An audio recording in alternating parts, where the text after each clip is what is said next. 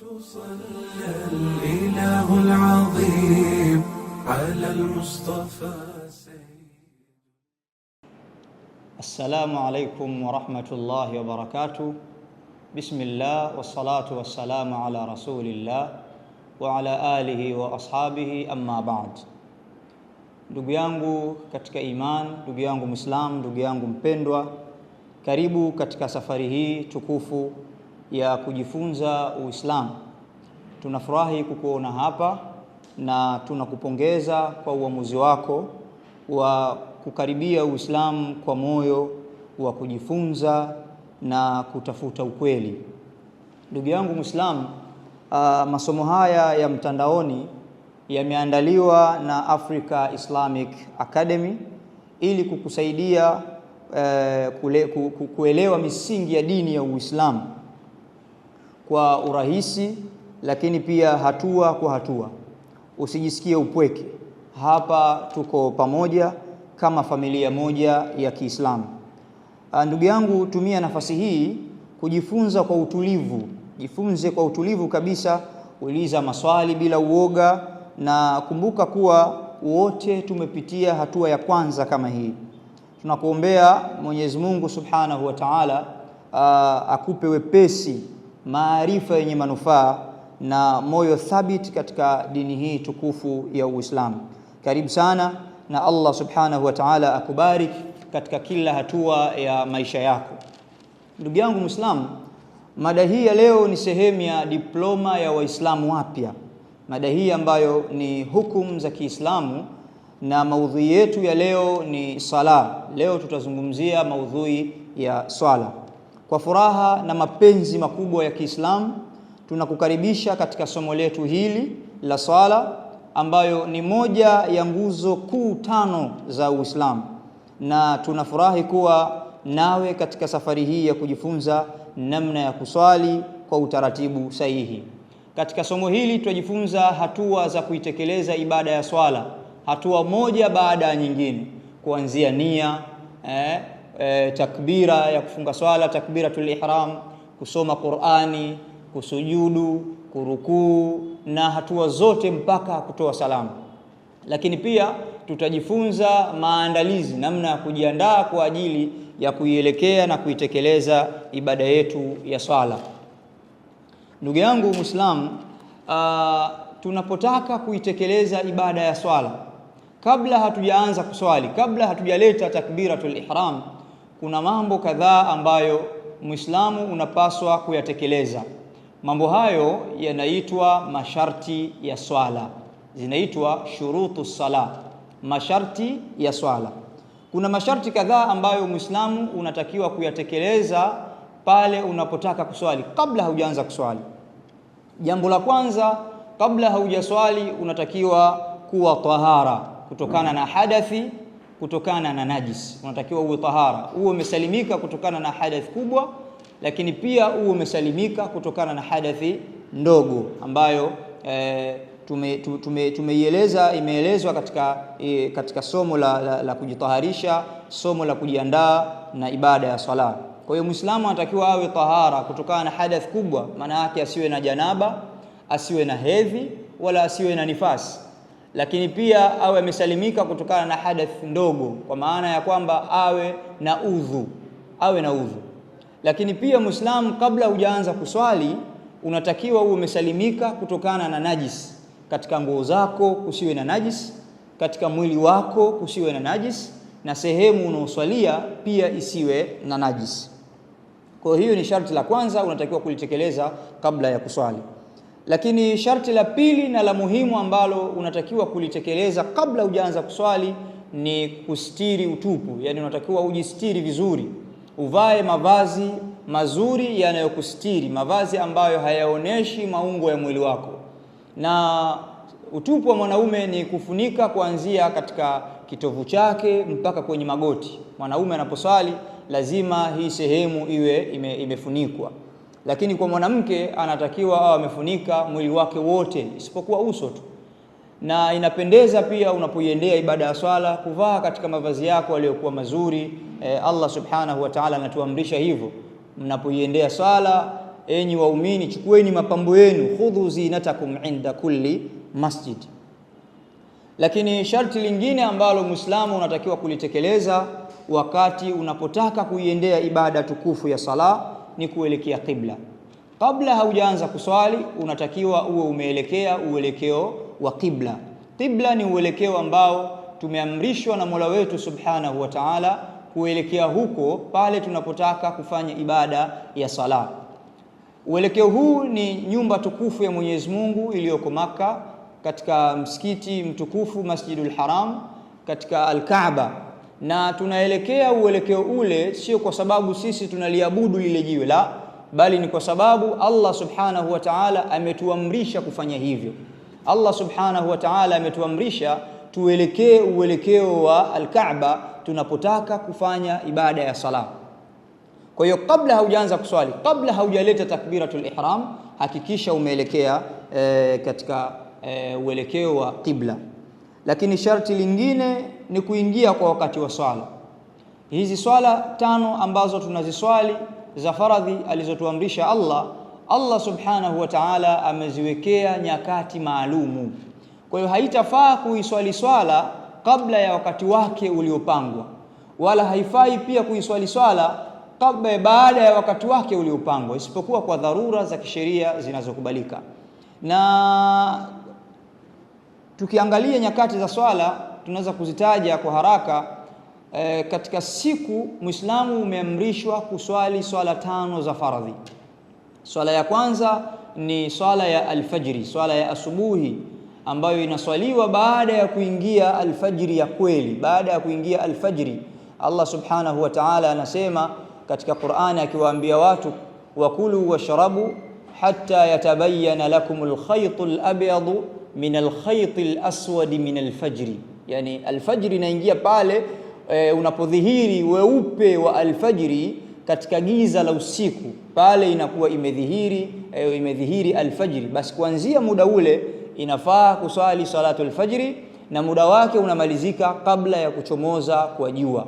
Kwa hiyo baina ya kuingia alfajiri na kabla ya kuchomoza kwa jua ndio wakati wa salatu alfajiri. Ama sala ya pili, salatu dhuhur, muda wake ni baada ya jua kumili katika upande wa maghrib. Yani jua linafika mpaka katikati ya mbingu, kiasi ambacho ukisimama kivuli chako kinakuwa hakijamili upande wowote, unakuwa kivuli chako kiko katika mwili wako. Sasa jua likipinda kidogo kuelekea upande wa maghrib, kivuli kinaanza kuonekana upande wako wa mashariki, ambao utakuwa ni upande wako wa kulia. Kwa hiyo hapa tayari ni wakati wa adhuhuri umeingia, unatakiwa uswali salatu dhuhur. Kwa hiyo haifai kuiswali salatu dhuhur kabla ya kuingia kwa wakati huu. Na mwisho wa wakati wa sala ya dhuhuri ni pale itakapokuwa kivuli cha kitu kiko mfano wake. Yani ukisimama kivuli chako kinakuwa ni urefu wa mfano wako, basi hapa inakuwa wakati wa dhuhuri umemalizika. Na sala ya tatu ni salatul asri, ambayo wakati wake ni kuanzia kivuli cha kitu kinakuwa ni kimepitiliza ule mfano wake. Yani baada ya kumalizika salatu adh-dhuhr muda wake, basi moja kwa moja unaingia wakati wa salatul asri, na muda wake ni mpaka kabla ya kuzama kwa jua. Na inapendeza Muislamu kuiswali salatul asri kabla jua halijapiga manjano linakaribia kuzama, aiswali mapema. Na swala ya 4 ni salatul maghrib, ambayo wakati wake unaanza baada ya jua kuzama. Lile duara la jua likishazama, basi wakati wa salatul maghrib unakuwa umeingia, na wakati wake unakwenda mpaka kabla ya kuzama mawingu mekundu, kwa sababu baada ya jua kuzama kuna mawingu mekundu yanabaki yanaonekana. Sasa yale mawingu yakishazama, yakishapotea, tayari wakati wa salatul maghrib unakuwa umemalizika. Unaingia wakati wa sala ya isha, ambao ni baada ya kuondoka yale mawingu mekundu ya maghrib mpaka katikati ya usiku, mpaka nusu ya usiku. Kwa hizi ni nyakati za swala za faradhi ambazo Allah Subhanahu wa Ta'ala ametuamrisha. Kwa hiyo haifai kuiswali swala kabla ya wakati wake, na ndio maana wanawachuoni wakataja kwamba ni miongoni mwa masharti ya swala uiswali ndani ya wakati wake. Kwa haya ni katika masharti ya swala ambayo unapaswa kuyatekeleza na kuyazingatia kabla ya kuanza kuswali, ili swala yako iwe ni sahihi. Lakini jambo lingine tunalolitazama leo ni sehemu ya kuswalia. Ni sehemu gani ambayo unapaswa na inafaa kuswaliwa? Uislamu umeamrisha kuitekeleza ibada ya sala katika jamaa na ukapendekeza hilo lifanyike ndani ya misikiti kwa sababu ya kupatikana ule mkusanyiko wa Waislamu, mkusanyiko ambao unachangia na unapelekea katika kuimarisha udugu na upendo baina yao. Kwa hiyo swala hizi za jamaa zinapendekezwa kufanyika katika misikiti kwa sababu ya kuimarisha undugu na upendo baina yake. Na Mtume sallallahu alaihi wasallam ametaja fadhila kubwa za swala ya jamaa kuliko mtu kuswali peke yake. Katika hadithi anasema Rasulullah sallallahu alaihi wasallam, salatul jamaa afdalu min salati al-fadh bi 27 daraja. Sala ya jamaa, yani mtu kuswali katika jamaa, kuna fadhila kubwa na malipo yake ni makubwa kuliko swala ya mtu peke yake kwa daraja 27. Yani mtu akiswali katika jamaa analipwa malipo mara 27 ya mtu aliyeswali peke yake. Kwa hiyo yale malipo ya swala yako moja unaposwali kwenye jamaa, Allah subhanahu wa ta'ala anakulipa mara 27 ya malipo yake. Kwa hiyo swala ya jamaa ni katika mambo bora, bali ni katika wajibu kwa mwanaume kutekeleza swala ya faradhi ndani ya msikiti katika jamaa. Lakini Uislamu umetufundisha na umeruhusu swala kuswaliwa popote, na swala inasihi mahala popote. Mahala popote mtu akiswali swala yake inasihi. Moja katika mambo aliyopewa Mtume sallallahu alaihi wasallam katika hadithi ametaja kwamba nimejaliwa mimi, nimepewa al-ardhi yote kuwa ni msikiti. Sehemu yoyote katika ardhi basi inafaa kuswali. Mtume sallallahu alaihi wasallam akasema, basi mtu yoyote itakapomdiriki yeye sala sehemu yoyote falyusalli. Kwa hiyo sehemu yoyote utakaposwali swala yako inasihi, lakini bora kabisa ni watu kutekeleza swala ya jamaa katika misikiti. Lakini pia kuna mambo ya kuyazingatia katika sehemu ya kuswalia. Kuna baadhi ya maeneo haipendezi kuswali maeneo hayo. Kwa hiyo unapotaka kuswali kuna baadhi ya vitu uvizingatie. Jambo la kwanza, haipendezi kuswali katika sehemu ambayo utawakera watu. Unawakera watu kwa swala yako. Kwa mfano mtu anaswali katikati ya barabara, anakwenda barabarani, ni sehemu ambayo watu wanapita, magari yanapita katikati ya lami, alafu anaanza kuswali swala yake. Haipendezi sehemu hii, bali ni katika maudhi, na tumekatazwa sisi kuwaudhi watu. Mtume anasema la dharara wala dhirar. Kwa hiyo unapotaka kuswali iwe ni sehemu ambayo hautawaudhi watu wengine kwa sababu ya swala yako.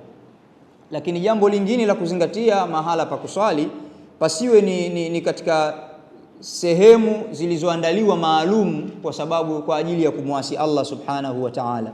Yani kwa mfano katika kumbi za miziki, isiwe ni sehemu kama hii, au katika vilabu vya pombe na mfano wa maeneo kama haya ambayo yameandaliwa maalum na kimsingi kwa ajili ya kumwasi Allah subhanahu wa ta'ala, haipendezi. Lakini pia mahala unaposwali pasiwe na vitu vyenye kushughulisha, yani kama mapicha. Kuna sehemu kuna mapicha, kuna sauti za juu, sauti za miziki na kadhalika. Haipendezi kuswali sehemu kama hii. Inapendeza uswali sehemu ambayo kutakuwa na utulivu itakaopelekea kupata khushu ndani ya swala yako. Lakini jambo lingine ambalo tutalitazama katika mada yetu ya leo ni nguzo za swala. Nguzo za swala. Nguzo za swala ni mambo ambayo yanakuwa ndani ya swala. Tayari tumeshafunga swala, tumeshaingia ndani ya swala. Kuna mambo ambayo unatakiwa kuyatekeleza, ni nguzo ya kusihi kwa swala yako. Na mambo haya usipoyatekeleza kwa makusudi au kwa bahati mbaya, basi moja kwa moja sala yako inakuwa imebatilika. Lakini pia kuna maelekezo ambayo tumefundishwa na Mtume namna gani mtu akisahau nguzo yake anaweza kufanya ili swala yake iwe ni sahihi. Nguzo ya kwanza katika nguzo za swala ni takbira ya kufunga swala, ambayo tumeiona katika tukio la kuswali kwa vitendo. Mtu anapoanza kuswali, basi jambo la kwanza ni takbira ya kufunga swala ambayo inaitwa takbiratul ihram. Hii ni takbira ambayo inakuwa imetenganisha baina ya mambo yako ya kawaida uliokuwa unayafanya na sasa umeingia katika swala. Kwa hiyo ni nguzo mtu kuleta takbiratul ihram wakati anapoanza kuswali. Ikiwa mtu hakuleta takbiratul ihram, maana yake ni kwamba hajaingia ndani ya swala. Lakini nguzo nyingine ni kusimama kwa mtu mwenye uwezo. Ni nguzo kusimama ikiwa hauna udhuru wa kukaa, sio mgonjwa, hauna sababu yoyote ambayo inakuzuia kusimama, basi ni nguzo uswali katika hali ya kusimama. Hilo ameliamrisha Allah subhanahu wa ta'ala. Lakini nguzo nyingine ya sala ni kusoma suratul Fatiha. Kusoma suratul Fatiha ni nguzo ya swala. Kwa hiyo ikitokea mtu ameswali akaiacha suratul Fatiha kwa makusudi, basi swala yake imebatilika, au akaiacha kwa kusahau, pia swala yake haitasihi, isipokuwa atakuja kufanya mambo ambayo tutayaeleza hapo baadaye, baada ya kutaja nguzo zote insha Allah.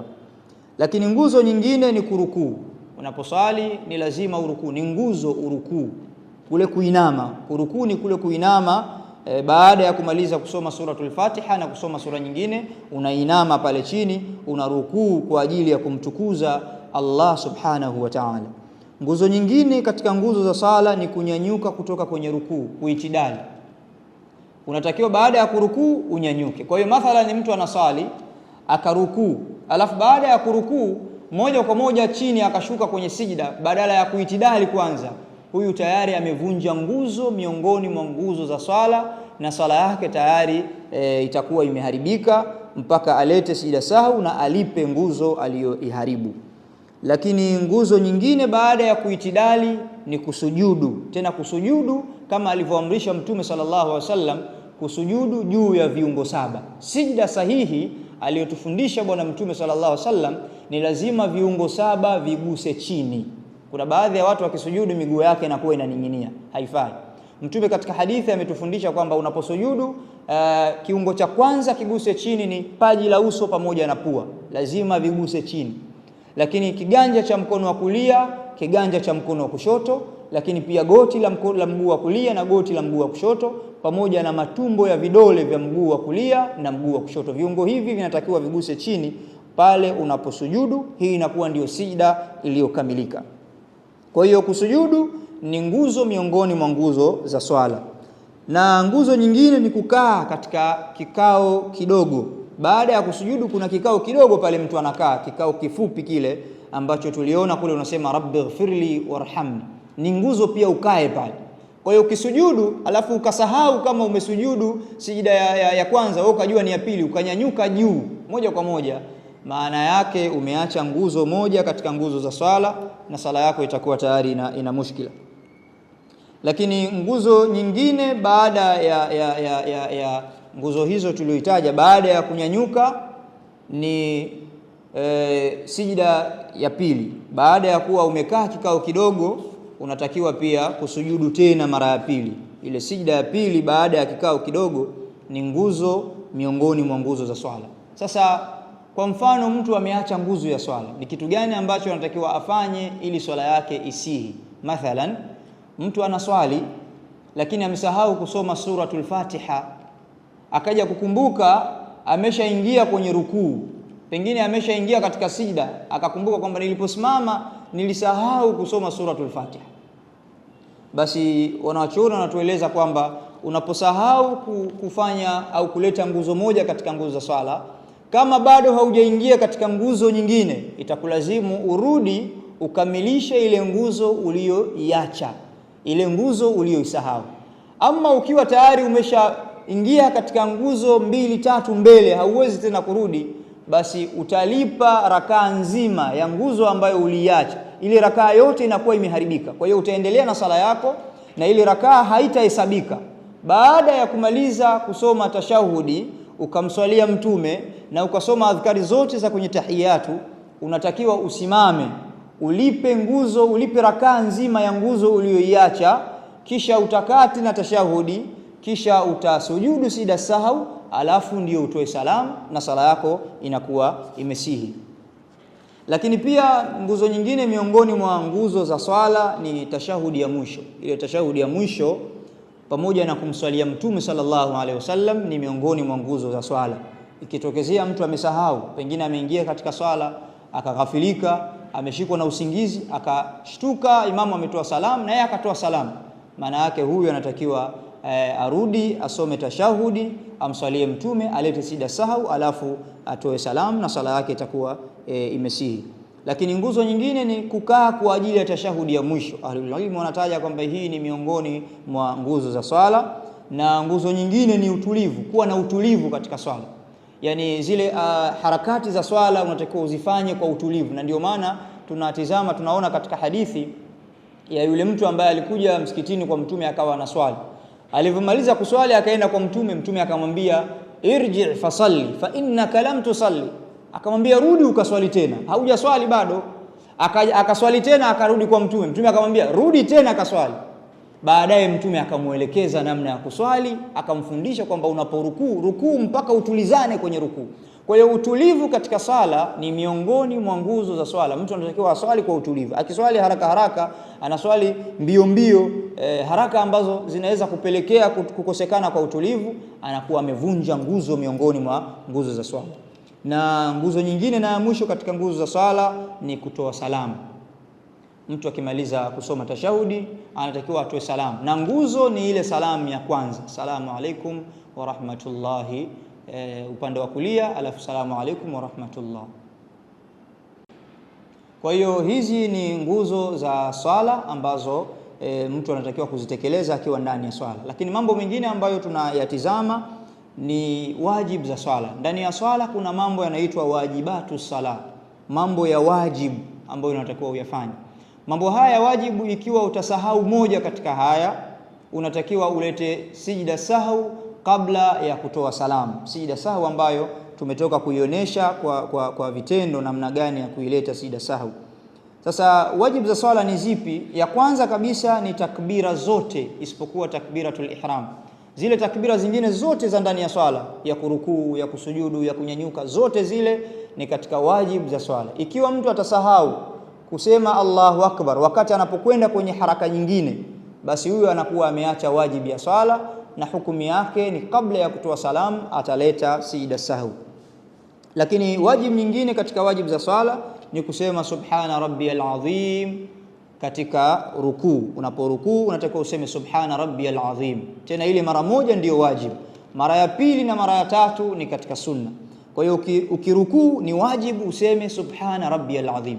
Kwa hiyo mathalan mtu akarukuu alafu yeye akasema la ilaha illa Allah kwenye rukuu, maana yake ameacha wajibu ya swala, swala yake inakuwa imeharibika. Ikiwa amefanya hivyo kwa makusudi, huyu swala yake imebatilika. Na ikiwa ni kwa bahati mbaya amesahau, basi huyu anatakiwa alete sijda sahau kabla ya kutoa salamu. Lakini wajibu nyingine katika wajibu za swala ni kusema sami'a Allahu liman hamida kwa imamu na mwenye kuswali peke yake, al-munfarid. Ukiwa wewe ni imamu ni wajibu useme sami'a Allahu liman hamida wakati unanyanyuka kutoka kwenye rukuu unaitidali. Kadhalika ukiwa unaswali peke yako ni wajibu kusema sami'a Allahu liman hamida. Ama ukiwa ni maamuma unaswali nyuma ya imamu, hakuna ulazima juu yako, wala si wajibu, wala hautakiwi kusema sami'a Allahu liman hamida, bali sami'a Allahu liman hamida atakayosema imamu inaotosheleza maamuma. Lakini wajibu nyingine katika wajibu za swala ni kusema rabbana walakal hamdu. Hii kwa wote, kwa imamu, maamuma na almunfarid mwenye kuswali peke yake. Baada ya kuwa tayari umenyanyuka ni wajibu useme rabbana walakal hamdu. Hiyo ni katika wajibu za swala. Ukisahau utaleta sijda sahau kabla ya kutoa salamu.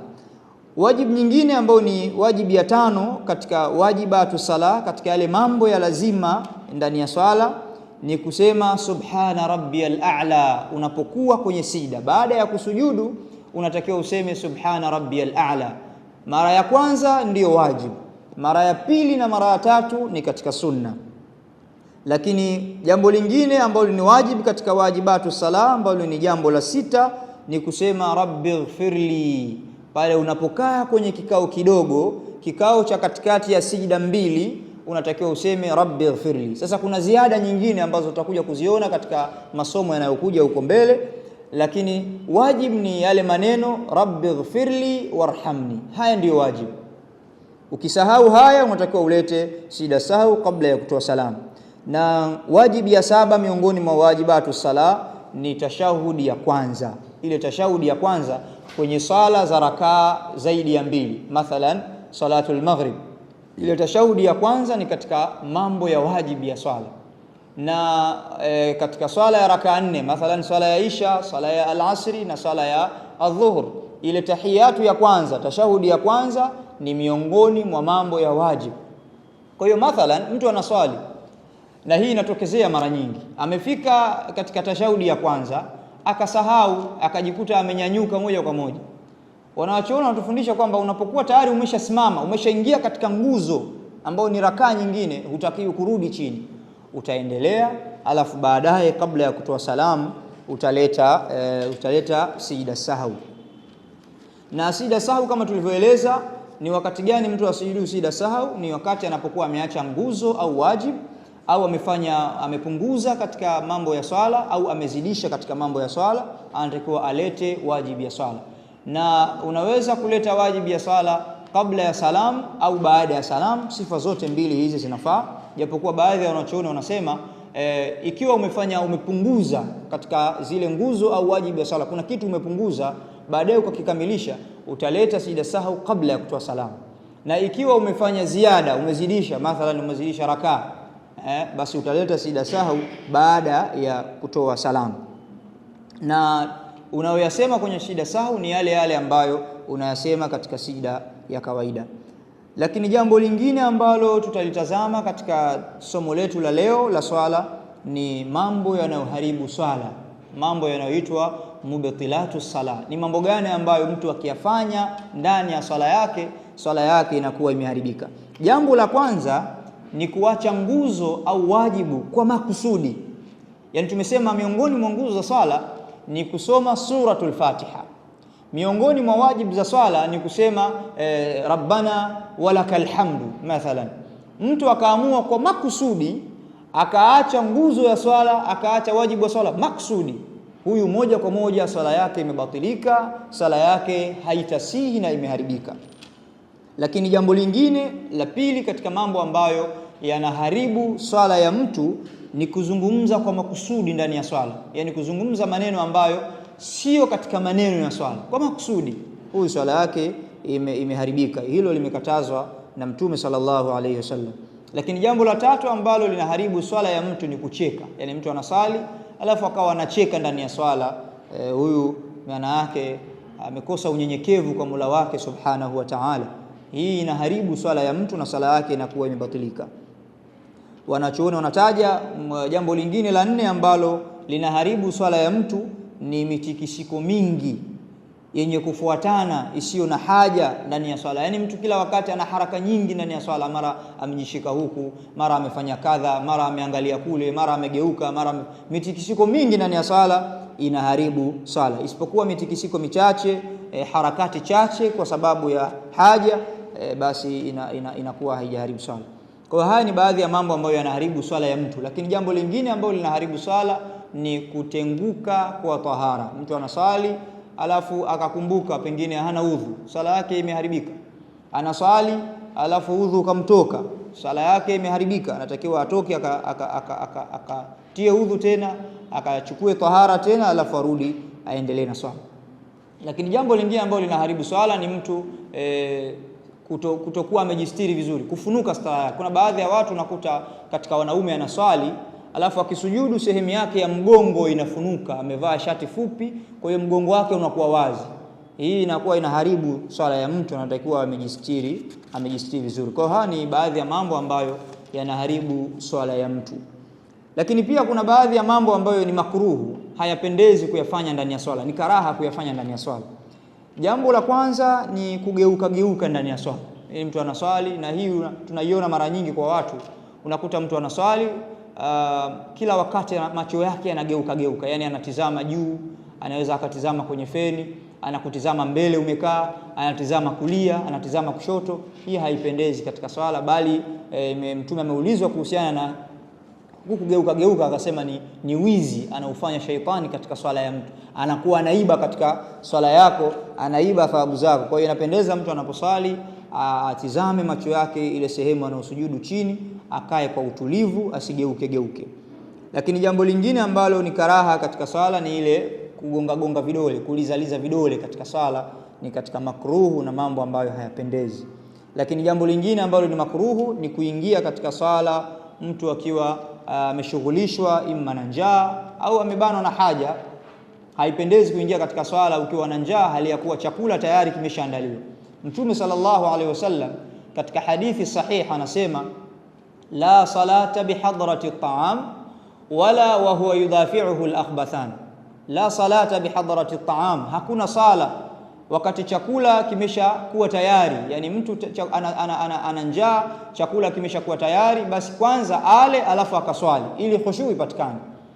Lakini pia Mtume anasema wala wa huwa yudafi'uhu al-akhbathan, pia hakuna sala kwa mtu ambaye amebanwa na haja, kwanza akakidhi haja yake alafu arudi aswali katika hali ya unyenyekevu na utulivu wa hali ya juu.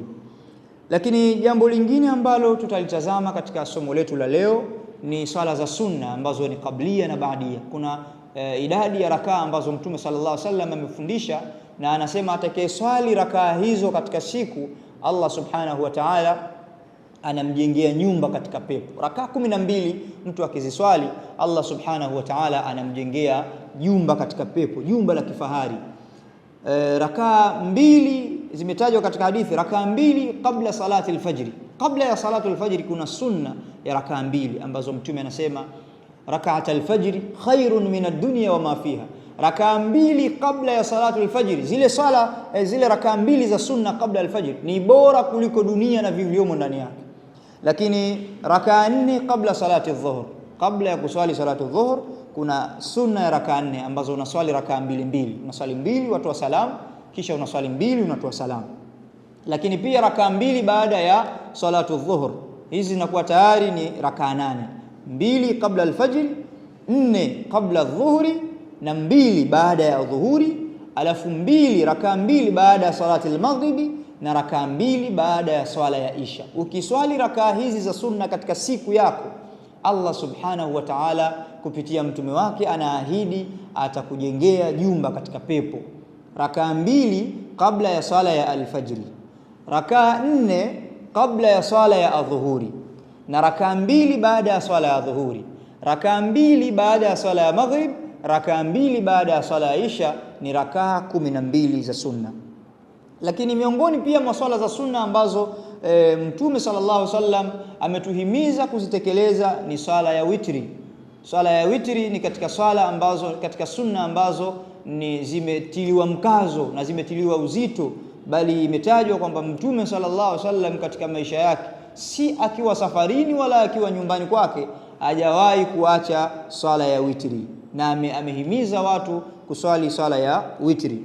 Na swala ya witri muda wake ni kuanzia baada ya swala ya isha. Baada ya kisha kuswali isha, baada ya isha basi tayari unaweza kuswali swala ya witri, na muda wake unakwenda mpaka kabla ya kuingia kwa wakati wa swala ya alfajiri. Na uchache wa idadi ya rakaa zake ni rakaa 1. Lakini pia Mtume sallam imetajwa aliwahi kuswali witri mpaka rakaa 11. Kwa hiyo kadri ya uwezo wake. Katika hadithi Mtume anasema salatul layli mathna mathna, swala ya usiku ni rakaa 2. Atakapoogopea mmoja wenu kuingia kwa alfajiri, basi aswali rakaa 1, anafanya ni witri, tutiru, anafanya witri kwa yale aliyoyaswali. Kwa hiyo anaswali 2 alafu baadaye anamalizia rakaa 1. Kwa hiyo ni katika swala ambazo tumehimizwa kuzitekeleza. Na baadhi ya watu nimewahi kuulizwa kwamba mtu anasema yeye anashindwa kuswali witri kwa sababu hajui namna ya kunuia. Nia, ndugu zangu katika imani, ndugu zangu Waislamu, nia inakuwa ni yale makusudio yako ndani ya moyo wako. Kwa hiyo kile kitendo cha kuamka usiku unataka kuswali witri, ile tayari ni nia. Kwa hiyo Allah subhanahu wa ta'ala anatizama yale yaliyokuwa ndani ya moyo wako. Kwa hiyo nia ni yale makusudio unayoyakusudia ndani ya moyo wako. Amka, swali witri. Na ukiogopea kushindwa kuamka usiku, basi Mtume sallam anatufundisha tusali kabla ya kulala swali witri, alafu unalala, unamuomba Allah subhanahu wa ta'ala anakuhifadhi.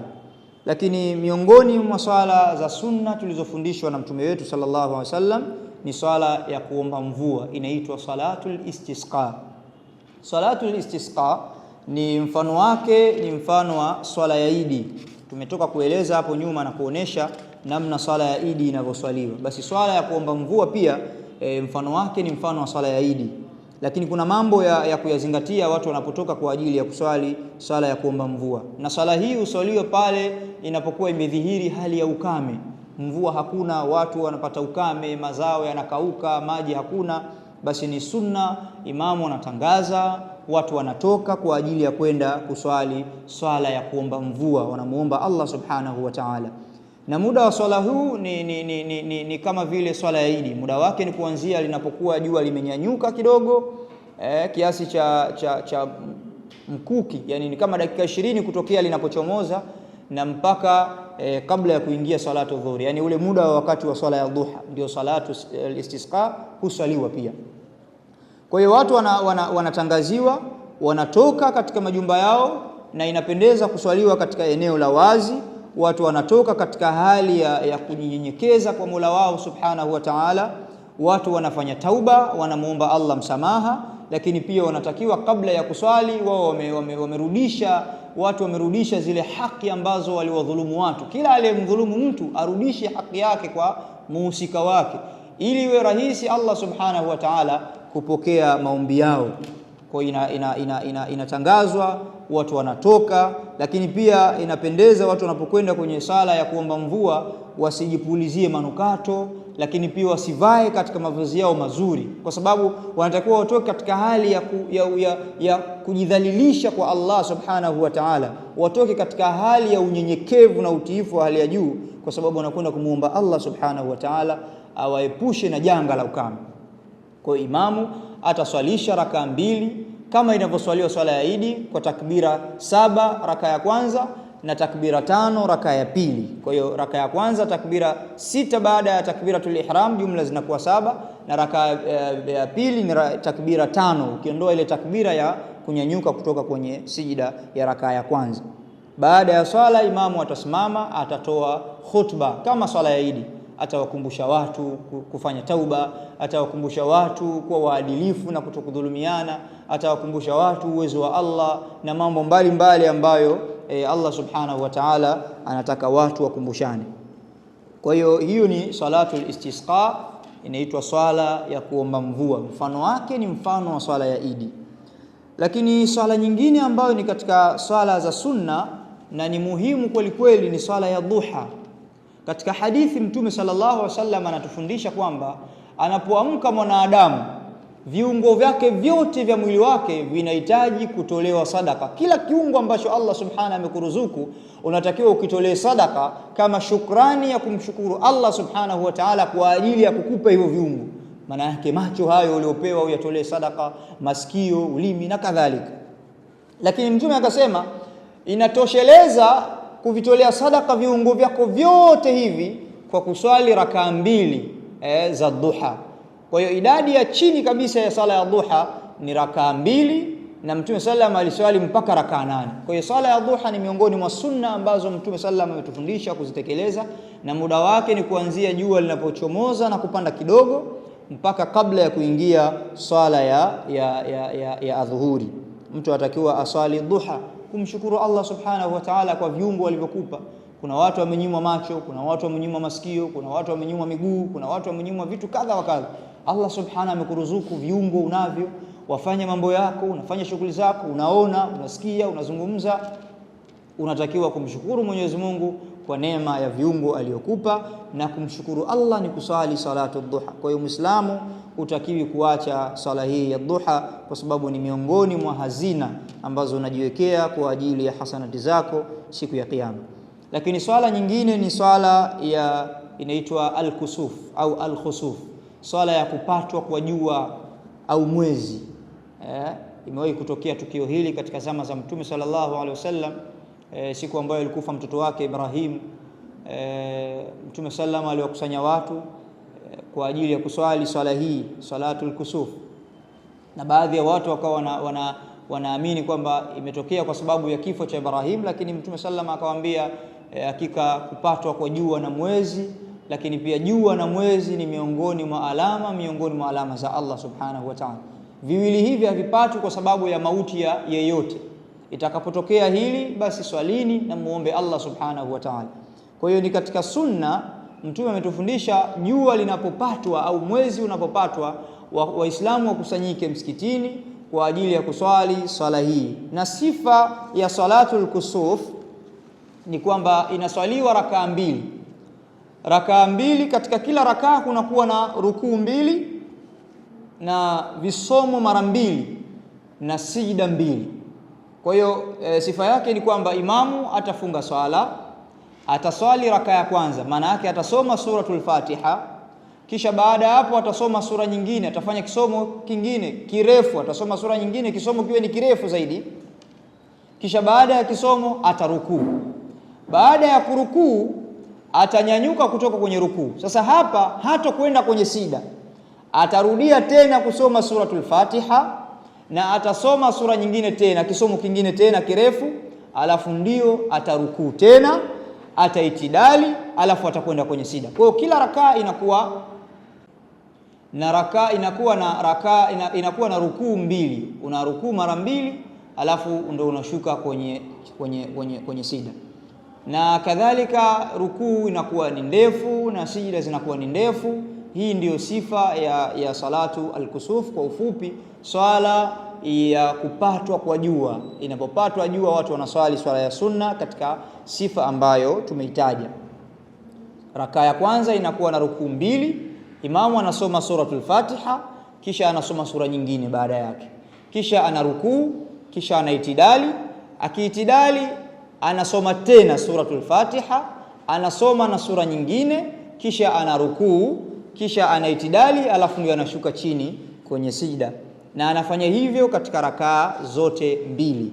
Hii ni salatu al-kusuf, swala ya kupatwa kwa jua. Kwa hiyo Muislamu, siku ukaona jua limepatwa au mwezi umepatwa, alafu ukasikia watu wanaswali swala muda huo huo, usipate mashaka na wala usishangae kwamba hii ni swala gani. Hii ni swala ya sunna ambayo Mtume sallallahu alaihi wasallam ametufundisha kuiswali. Lakini nukta nyingine ambayo tutaitaja katika mada yetu hii ya leo ni nyakati ambazo tumekatazwa kuswali. Kuna nyakati ambazo tumekatazwa kuswali. Katika hadithi imekuja Mtume sallallahu alaihi wasallam, sahaba mpokezi wa hadithi anasema nyakati tatu kana an-nabii sallallahu alaihi wasallam yanhana an nusalli fihinna. Kuna nyakati tatu ambazo Mtume sallallahu alaihi wasallam ametukataza kuswali ndani yake. Kadhalika ametukataza kuwazika maiti wetu katika nyakati hizo. Na hii ni kwa sababu nyakati hizo wale wanaoabudu jua, wale ubadu shamsi, wale ambao wao Mungu wao ni jua, ndio hufanya ibada zao katika nyakati hizi tatu. Wakati wa kwanza Mtume sallallahu ametukataza kuswali ni wakati linapochomoza jua, yani ile duara la jua linapokuwa linachomoza, linatoka, wakati ule ni haramu kuswali, wakati ule haifai kuswali mpaka linyanyuke kidogo. Kwa nini? Kwa sababu tunajitofautisha na wale watu ambao wanaabudu jua. Wao husubiri wakati jua linachomoza, linatoka, ndio wanasujudu kwa ajili ya kumpokea Mungu wao. Sasa anaingia ulimwenguni, Mungu wao anawaletea mwanga. Kwa hiyo sisi Mtume sallallahu alaihi wasallam ametukataza kuswali wakati huu kwa ajili ya kujitofautisha na watu hawa. Kwa hiyo utasubiri mpaka jua lipande kidogo kiasi cha urefu wa mkuki, yani ni kama dakika 20 hivi au 15 kuanzia ile duara lake linapokuwa linachomoza. Baada ya hapo inafaa kuswali swala yoyote. Wakati wa pili ambao umetajwa katika hadithi hii ni haramu kuswali ndani yake ni wakati jua linapokuwa limefika katikati ya mbingu. Katika hadithi imekuja hina yaqumu qa'imu adh-dhahira, jua linapokuwa katikati ya mbingu ni haramu kuswali. Na utajuaje? Utatizama kivuli, yani kivuli kinakuwa hakionekani, hakijamili upande wa kushoto wala kivuli hakijamili upande wa kulia, basi hapa inakuwa wakati huu ni haramu, haifai kuswali ndani yake. Na wakati mwingine ambao ni haramu kuswali katika hadithi hii imetajwa ni wakati jua linazama, ile duara lake ndio linazama, wakati ule pia ni haramu kuswali. Lakini kuna nyakati zingine mbili ambazo wanachuoni wanasema ni makruhu kuswali ndani yake. Wakati wa kwanza ni baada ya salatul fajri. Hakuna sunna baada ya salatul fajri. Baada ya salatul fajri usiswali sunna wala hakuna swala yoyote, ni makruhu kuswali muda ule. Lakini wakati mwingine ni baada ya salatul asri. Baada ya sala ya al-asri hakuna sala ya sunna, haipendezi kuswali swala baada ya salatul asri. Kwa hizi ni nyakati ambazo zimekatazwa kuswali ndani yake. Lakini nukta nyingine ambayo tutaigusia ni swala ya jamaa. Swala ya jamaa ni miongoni mwa mambo au miongoni mwa ibada muhimu na zenye fadhila kubwa sana kwa Muislamu, bali ni wajibu kwa mwanaume, ni wajibu kwa mtu ambaye sio msafiri, yani ni mkazi, inawajibika kwake kuswali swala katika jamaa, kwa sababu ya ubora ambao tumeutaja hapo mwanzo. Mtume ametaja katika hadithi, salatul jamaa afdalu min salatil fadh bi 27 daraja. Ni mtu akiswali katika jamaa analipwa mara 27 ya ujira wa ile swala yake moja, na mtu akiswali peke yake anapata ujira ule ule ambao anastahili kuupata kwa swala yake moja. Lakini kuna baadhi ya hali zikitokea mtu anakuwa anasameheka kutekeleza au kuiendea swala ya jamaa. Mathalan, mtu akiwa msafiri sio wajibu kwake kuswali katika jamaa, lakini pia mtu akiwa mgonjwa, Uislamu umemruhusu kuswali nyumbani kwa sababu ya kuondolea ule uzito na mashaka ya kutembea kwenda msikitini. Lakini pia kunapokuwa kuna mvua kubwa, barabara ni mbaya, kuna madimbwi, kuna matope, mvua zinanyesha kwa ajili ya kuwawekea wepesi Uislamu, basi pia mtu anaruhusiwa kuswali nyumbani kwake. Lakini pia inapokotokea hali ya hofu, hali ya amani imechafuka, basi pia watu hawajibiki kwenda kuswali swala ya jamaa.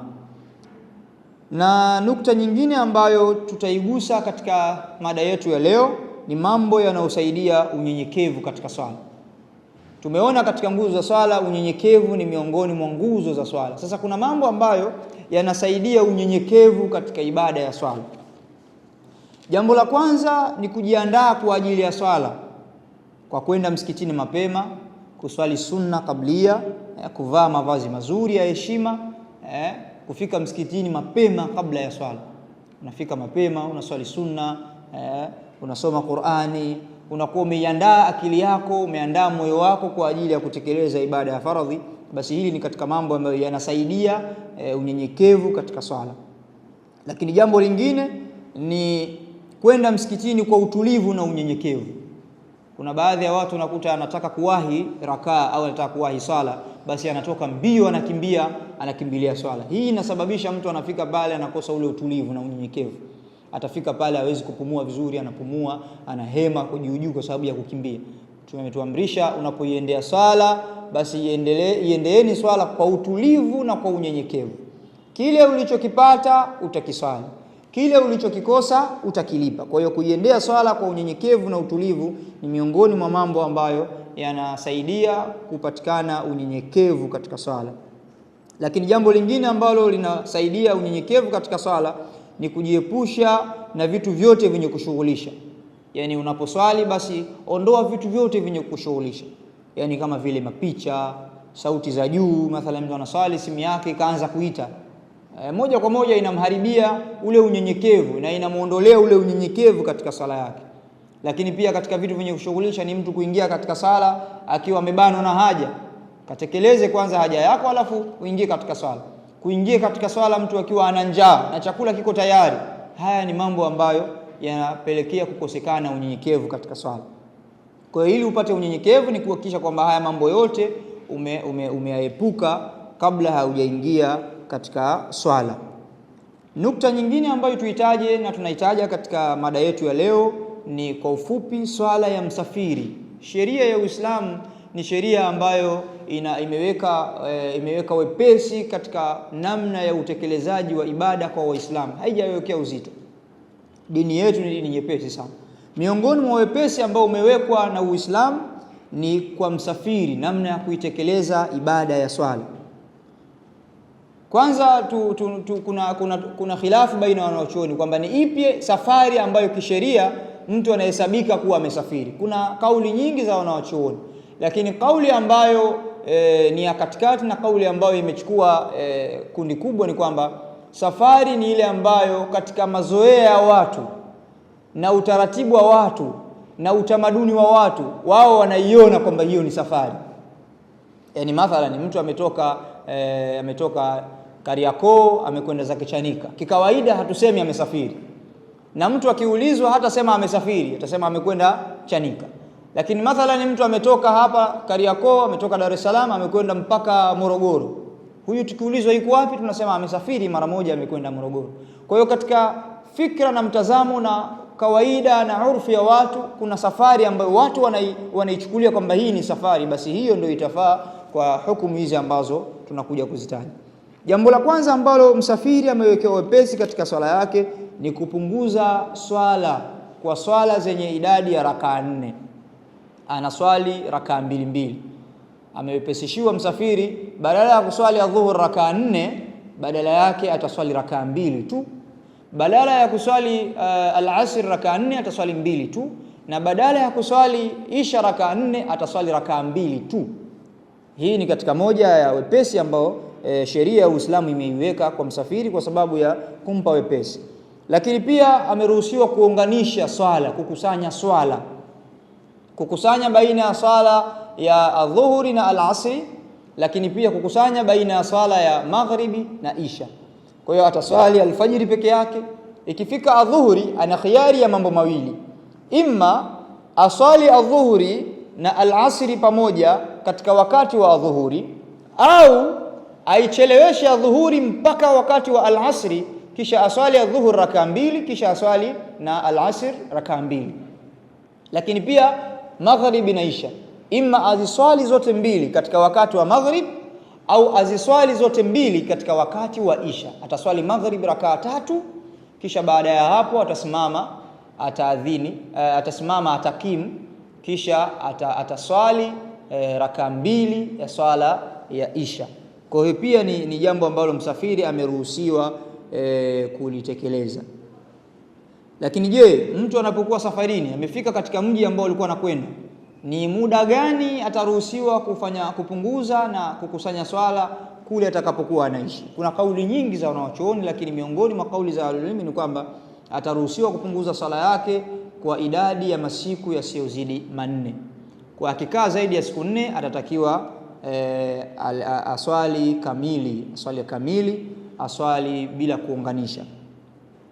Lakini pia miongoni mwa mambo ambayo yanampelekea msafiri asipunguze swala, kuna baadhi ya mambo yakitokea msafiri hataki kupunguza swala. Miongoni mwake ni endapo ataswali nyuma ya imamu, yani mtu yuko safarini, ameingia msikitini akaswali nyuma ya imamu ambaye ni mkazi. Imamu akaswalisha mathalan adhuhur rakaa 4, yeye hatatakiwa kuswali 2 afuate salamu kabla ya imamu, na yeye atatakiwa amfuate imamu mpaka mwisho wa safari yake, mwisho wa swala yake. Kwa haya ni baadhi ya mambo ambayo Uislamu umeweka wepesi kwa msafiri. Lakini pia msafiri anaruhusiwa kuswali bila kuelekea qibla ikiwa hana uwezo wa kuelekea qibla na kipando anachotumia katika safari yake hana umiliki nacho. Yani mathalan mtu anasafiri na basi, anataka kuswali, hana uwezo wa kugeuza basi lielekee qibla, uelekeo wa basi sio uelekeo wa qibla, basi sheria inamruhusu kuswali katika uelekeo wowote ambao kipando chake kinaelekea. Au mtu yuko juu ya ndege na ndege inaelekea mahala ambapo sio qibla, basi ataswali katika uelekeo wowote, ili mradi hana mamlaka ya kugeuza kipando kile. Lakini kama mtu anasafiri na usafiri binafsi, mathalan anasafiri na gari yake, basi sheria inamtaka aelekee qibla, alafu ndio aswali swala yake. Kwa hiyo huu ni utaratibu na wepesi ambao dini ya Uislamu imeweka kwa msafiri ili apate wepesi ndani ya safari yake. Na jambo lingine ambalo tutaligusa katika mada yetu ya leo ni swala ya mgonjwa. Pia sheria ya Uislamu haijamsahau mtu mgonjwa, imemwekea wepesi katika kutekeleza ibada ya swala. Miongoni mwa mambo ambayo mgonjwa amepewa uwepesi na dini ya Uislamu ni kwamba mtu akiwa na maradhi ambayo yanampa uzito, yanampa ugumu, yanampa uzito katika kuitekeleza ibada ya swala, sheria inamruhusu kuswali katika hali yoyote ambayo yuko nayo. Mtume sallam siku moja alimkuta mgonjwa akamwambia swali aliyakuwa umesimama. Fa in lam tastati, ikiwa hauwezi basi swali katika hali ya kukaa. Ikiwa hauwezi swali katika hali ya kulala. Ikiwa hauwezi pia basi sheria inakuruhusu uswali katika hali yoyote ambayo wewe unaweza, kwa sababu Allah anasema fattaqullaha mastata'tum, mcheni Allah vile muwezavyo kwa kadri ya uwezo wenu. Sheria haikukalifishi kufanya zaidi ya uwezo wako. Kwa hiyo mgonjwa pia ameruhusiwa kuswali katika hali inayoendana na uwezo wake. Kwa hiyo kama hawezi kusimama, ataswali hali ya kuwa amekaa. Kama hawezi kukaa, ataswali katika hali ya kulala. Hawezi kulala ubavu, ataswali katika hali yoyote. Kama hawezi kukaa chini, ataswali katika hali ya kukaa kwenye kiti. Almuhimu ni kwamba katika namna yoyote ataswali, isipokuwa tu ifahamike kwamba swala haidondoki kwa mgonjwa. Kuna baadhi ya watu wakiwa ni wagonjwa maradhi mazito, basi anaacha kuswali. La, swala haidondoki katika maisha ya Muislamu isipokuwa akiwa akili yake imetoka, au ni mwanamke yuko katika hedhi au katika nifasi. Kinyume na hapo, swala ya mtu haidondoki kwa namna yoyote. Kwa hiyo sheria imemruhusu mgonjwa kuswali katika namna anayoweza. Na ikiwa mtu hawezi hata kuswali kwa kuashiria, pengine hawezi kusujudu, hawezi kurukuu, sheria inamtaka aswali kwa kuashiria, aswali kwa kuashiria kwa kichwa chake. Na ikiwa hawezi hata kuashiria, ni mgonjwa yuko taabani kitandani, basi ataswali walau kwa kuashiria kwa macho. Na ikiwa hata hawezi kuashiria kwa macho, basi ataswali kwa moyo wake. Almuhimu ni kwamba Allah subhanahu wa ta'ala anajua nia yake na anajua hali yake, ataswali katika hali ambayo anaweza. Lakini pia ikiwa hawezi, kuna uzito kwake kutia udhu kila mara, kutawadha kulingana na maradhi anayoumwa, lakini kuna uzito kwake kutekeleza ibada ya swala, ni mgonjwa amezidiwa sana, sheria pia imemruhusu kukusanya swala, kuunganisha swala. Akaunganisha baina ya swala ya adhuhuri na alasri, na akaunganisha baina ya swala ya maghribi na isha, isipokuwa tu asipunguze, ataswali swala zote kamili, isipokuwa sheria imemruhusu aunganishe ikiwa kuna uzito kwake kuitekeleza kila swala katika wakati wake. Kuna wagonjwa wengine hali yao ni mbaya zaidi, maututi, yuko taabani, kwa sheria inamruhusu kuunganisha swala. Lakini akiwa pia hawezi kutawadha, kuna madhara akitumia maji, sheria imemruhusu kutayammam. Kwa hiyo almuhimu ni kwamba dini yetu ya Uislamu ni nyepesi na imeweka wepesi katika hali yoyote. Kwa hiyo mgonjwa ataswali kwa namna anayoweza. Hawezi kurukuu, hawezi kusujudu, hawezi kusimama, ataswali katika hali ya kukaa kwa kuashiria. Hawezi kukaa, ataswali katika hali ya kulalia ubavu. Hawezi, ataswali katika hali yoyote ambayo anaweza. Shahidi ni kwamba swala yake haitadondoka. Na nukta ya mwisho ni swala ya jeneza. Pia sheria imeweka utaratibu maalumu kwa inapotokea mmoja wetu ametangulia mbele za haki, kuna mambo ambayo ni wajibu kumtendea na kumfanyia. Bali mambo haya kihukumu yanaitwa ni fardhu kifaya. Ni fardhi ambayo wakiifanya baadhi ya watu inatosheleza wengine. Na inapotokea watu wote wasipoyatekeleza mambo haya, basi wote watu wa mji huo watapata madhambi. Mambo hayo, kwanza, anapofariki Muislamu ni fardhu kifaya kumuosha. Takiwa aogeshwe, kumuogesha, wapatikane watu wamuoshe, lakini pia wapatikane watu wamvishe sanda, lakini pia wapatikane watu wamswalie, na baadaye wapatikane watu wa kumzika. Sasa katika mada yetu ya leo, kwa sababu ni mada ya swala, tutagusa kidogo namna ya swala ya jeneza. Swala ya jeneza inaswaliwa kwa takbira 4. Hakuna kurukuu wala hakuna kusujudu. Ni takbira 4 tu. Kwa hiyo atasimama mwenye kumswalia mayit, ikiwa ni imamu atasimama upande wa sawa sawa na kichwa chake, ikiwa mayit ni mwanaume, na ikiwa mayit ni mwanamke atasimama katikati yake na maamuma watakuwa nyuma yake. Ataleta mtu takbira ya kwanza. Baada ya takbira ya kwanza atasoma suratul Fatiha. Yani baada ya kuleta takbira ya kwanza Allahu Akbar, utasoma suratul Fatiha. Baada ya kumaliza kusoma suratul Fatiha, utaleta takbira ya pili Allahu Akbar. Katika takbira ya pili utamswalia mtume kama tunavyomswalia kwenye swala, Allahumma salli ala Muhammad wa ala ali Muhammad, mpaka mwisho wake. Baada ya hapo utaleta takbira ya tatu. Baada ya takbira ya pili ambayo unamswalia mtume, utaleta takbira ya tatu. Baada ya takbira ya tatu unamuombea dua maiti, katika kama alivyotufundisha Mtume sallallahu alaihi wasallam, dua ya maiti. Allahumma ighfir li hayyina wa mayyitina wa shahidina wa ghaibina wa saghirina wa kabirina wa dhakarina wa unthana. Allahumma man ahyaytahu minna فأحيه على الإسلام ومن توفيته منا فتوفه على الإيمان اللهم اغفر له وارحمه وعافه واعف عنه وأكرم نزله ووسع مدخله واغسله بالماء والثلج والبرد ونقه من الذنوب كما ينقى الثوب الأبيض من الدنس وأبدله دارا خيرا من داره وأهلا خيرا من أهله وأدخله الجنة وأعذه من عذاب النار اللهم لا تحرمنا أجره ولا تفتنا بعده. Hii ni dua miongoni mwa dua zilizothibiti kutoka kwa Mtume ya kumwombea mayiti baada ya takbira ya 3. Baada ya hapo utaleta takbira ya 4, kisha utatoa salamu moja upande wa kulia, assalamu alaikum wa rahmatullah, na salamu moja upande wa kushoto, assalamu alaikum wa rahmatullah, na hapo itakuwa sala ya mayit imekamilika. Baada ya hapo ni kumchukua na kwenda kumzika. Kwa hiyo ndugu zangu katika iman, ibada ya swala ni ibada pana, ni ibada ndefu, ina mambo mengi ndani yake. Tumejaribu katika muda huu mfupi kuvigusa kidogo kidogo baadhi ya nukta muhimu ambazo Muislamu atakiwa kuzijua, lakini kubwa zaidi ni unatakiwa uendelee kujifunza na kufuatilia, kuuliza kwa mashekhe ili uzijue ibada hizi kwa undani na kwa uzuri uliokuwa mkubwa.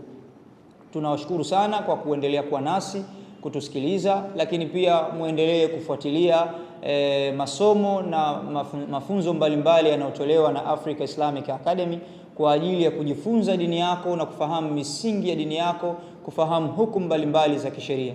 Baada ya hayo ninawashukuru sana. Subhanakallahumma bihamdika ashhadu an la ilaha illa anta astaghfiruka wa atubu ilaika. Wassalamu alaykum wa rahmatullahi wa barakatuh. قم وابتهل ويمن إلى الله قم وابتهل إذا رمت حقا بلوغ العنان فثابر وحصل بجهد تصل فثابر وحصل بجهد تصل